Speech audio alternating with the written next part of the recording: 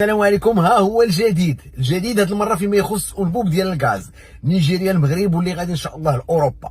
سيديكو دوكا هذا واحد السيد هو المسؤول على البنيه التحتيه في المجموعه ديال الاقتصاديه ديال دول غرب افريقيا في سيدياو.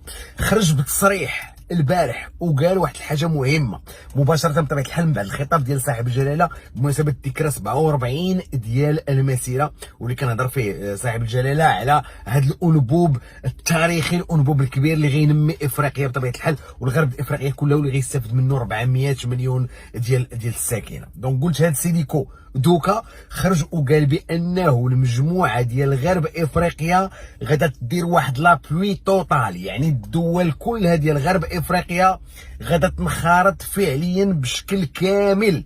وهنا كيبين لك القيمه اللي عند هذا المشروع هذا ديال الانبوب ديال الغاز جوستومون، اللي غادي كما قلت لكم غادي يضوي ان شاء الله على غرب افريقيا كلها.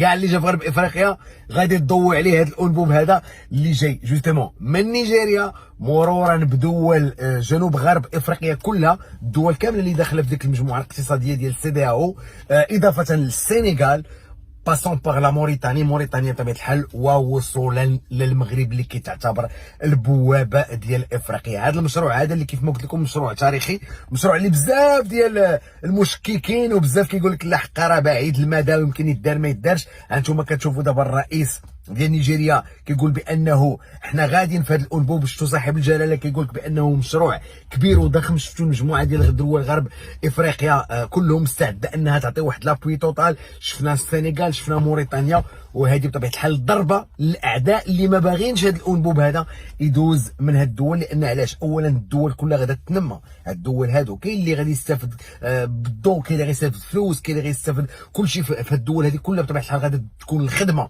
وهذا الانبوب بالمناسبه اللي غيدوز من الصحراء المغربيه، اخي اكبر انبوب يمكن في العالم في تاريخ البشريه هو هذا الانبوب الكبير اللي اليوم جميع دول العالم.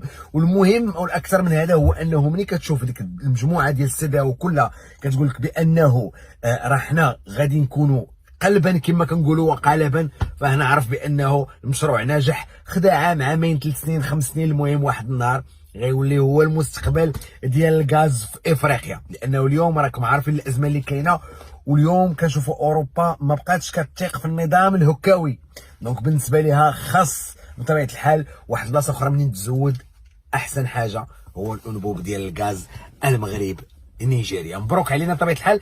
دابا غنسينو ان شاء الله في بدايات 2023 غادي نشوفوا الدول والشركات اللي غادا تستثمر باش يبداو الاشغال ان شاء الله، باش قريبا هاد الدول كامله كيف ما قلنا تستافد. ولا عزاء للحاقدين. تبقاو على خير وديما مغرب.